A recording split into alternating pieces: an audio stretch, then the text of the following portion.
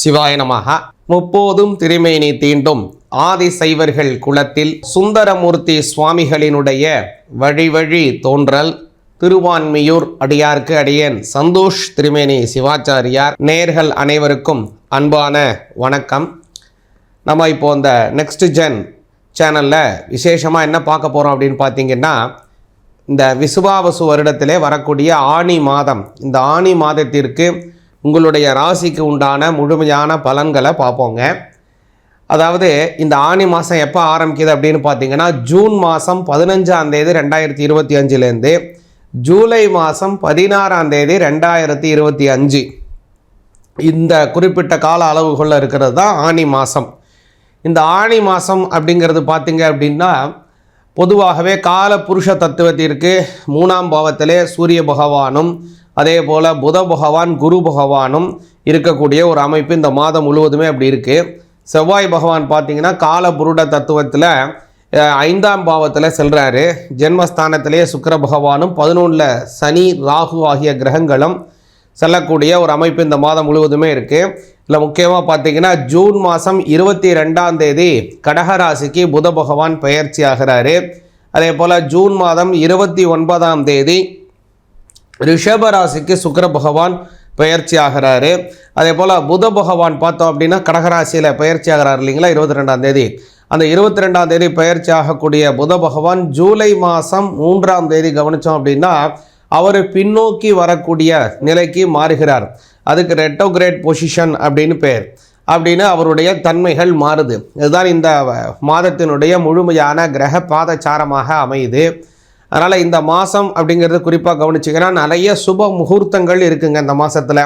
குறிப்பாக இந்த ஆணி மாதத்தில் கிரக பிரவேசம் செய்வதை தவிர்ப்பது நல்லது. ஆனால் கல்யாணம் செய்வதற்கெல்லாம் பார்த்திங்கன்னா கும்பாபிஷேகம், கோவில் கும்பாபிஷேகம் செய்கிறதுக்கெல்லாம் பார்த்திங்கன்னா இந்த ஆனி மாதம் ரொம்ப சிறப்பான மாதம். அதாவது பார்த்திங்கன்னா இந்த ஜூன் மாதம் 27ஆம் தேதி வெள்ளிக்கிழமை, அதே போல் ஜூலை மாதம் 2ஆம் தேதி, ஜூலை மாதம் 7ஆம் தேதி, ஜூலை மாதம் 13, 14, 16 ஆகிய தேதிகள் எல்லாமே நல்ல சுப முகூர்த்தமான தினங்களாக அமையுது. அதனால் இந்த மாதம் ரொம்ப அருமையான மாதமாக இருக்குது. இந்த மாதம் உங்களுக்கு உண்டான ராசிக்கு என்ன பலன், என்னென்ன சாமியை கும்பிடணும், எதுலெல்லாம் கவனமாக இருக்கணும், எந்த மாதிரியான பலன்கள் அதிகமாக கிடைக்குது அப்படிங்கிறத விரிவாக பார்ப்போம். தெளிவாக கேளுங்க. சிவாய நமஹ.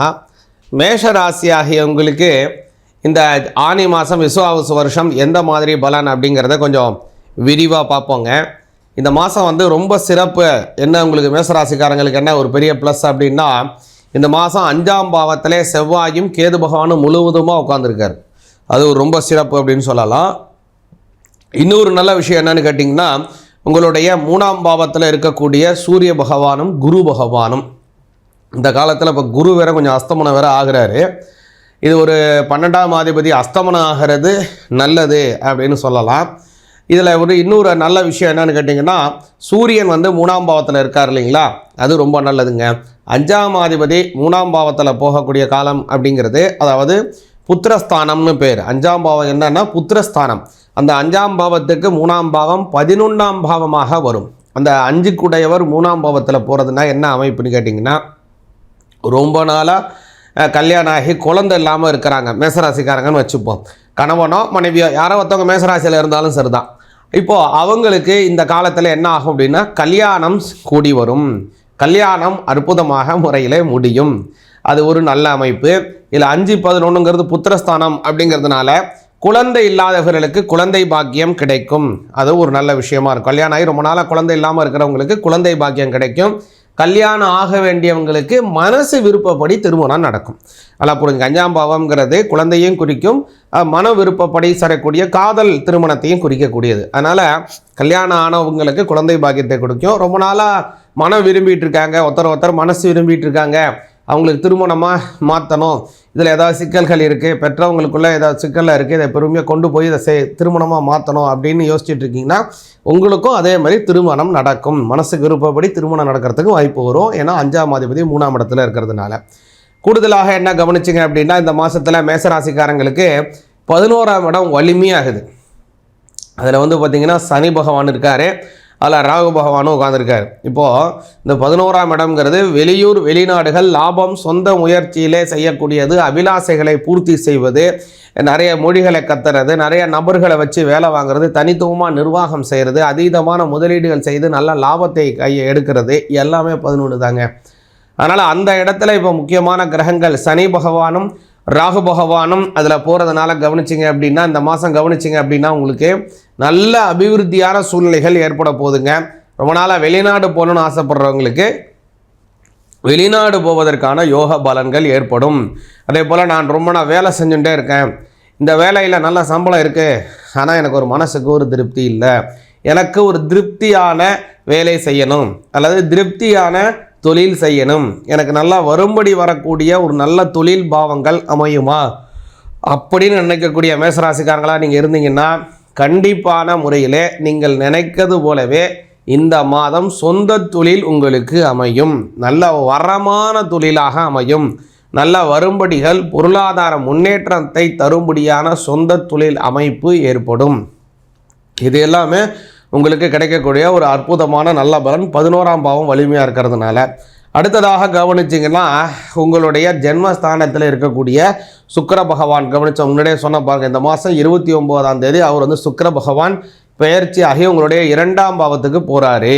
இந்த 2ஆம் பாவத்திற்கு உடையவரே சுக்கிர பகவான் தான். அந்த 2ஆம் அதிபதி 2ஆம் இடத்துல ஆட்சி பலம்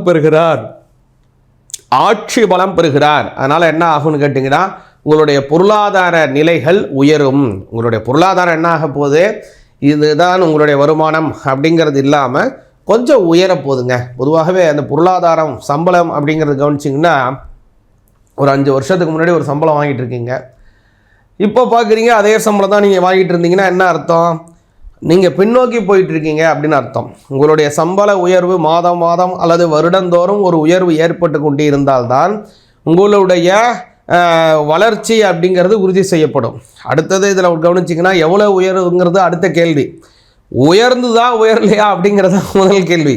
ஓரளவுக்கு உங்களுடைய சம்பளம் உயர்ந்து கொண்டு இருந்தால்தான் உங்களுக்கு வாழ்க்கையில் உயர்ந்து கொண்டிருக்கிறீர்கள் என்றது அர்த்தம். அதனால் சம்பள உயர்வே இல்லைங்க, ரொம்ப வருஷமாக எனக்கு இப்படியே சம்பளம் தான் வந்துட்டு இருக்குன்னு ரொம்ப கஷ்டப்படக்கூடிய மேசராசிக்காரங்களுக்கு இந்த மாதம் சம்பள உயர்வு நிச்சயமாக அமையும். எதனால் அப்படின்னு கவனிச்சிங்கன்னா உங்களுடைய 2ஆம் அதிபதியாக இருக்கக்கூடிய சுக்கிர பகவான் இந்த மாதம் 29ஆம் தேதி ஜூன் மாதத்தில் 2ஆம் பாவத்தில் ஆட்சி பலம் பெற்று உட்கார போகிறார். சுக்கிரன் உங்களுக்கு 2ஆமத்துக்கும் அதிபதி, 7ஆம் பாவத்துக்கும் அவர் தான் அதிபதி. அதனால் 2க்கு உடையவர் 7க்கு உடையவர் 2ஆம் பாவத்தில் ஆட்சி பலம் பண்ணுறதுனால பொருளாதார உயர்வு இருக்கும். நிச்சயமாக ஒரு பெரிய ஒரு பொருளாதார உயர்வு அல்லது ஒரு பெரிய ஒரு பிஸ்னஸ் கிளிக் ஆகிறது அல்லது ரொம்ப நாளாக செஞ்சுட்டு வந்துருக்கக்கூடிய ஒரு பெரிய ப்ராஜெக்ட் ஒரு பெரிய சக்ஸஸ்ஃபுல்லாக மாறுறது, உங்களுக்கு ஒரு பெரிய அங்கீகாரம் கிடைக்கிறது, சமூகத்தில் நல்ல உயர்வான சூழ்நிலைகளை ஏற்படுத்துறது உங்களுக்கு. அது மட்டும் இல்லாமல் உங்களுடைய ஒரு விஷயத்தை ஒரு ரொம்ப ஃபெமிலியராக மாற்றுறது, உங்களுடைய முகத்தையோ அல்லது உங்களுடைய பெயரையோ அல்லது உங்களுடைய பட்ட கஷ்டத்தினால் ஏற்படக்கூடிய விஷயத்தையோ நல்ல ஒரு ஃபெமிலியராக மாற்றுறதுக்கான வாய்ப்பையும் ஏற்படுத்துது.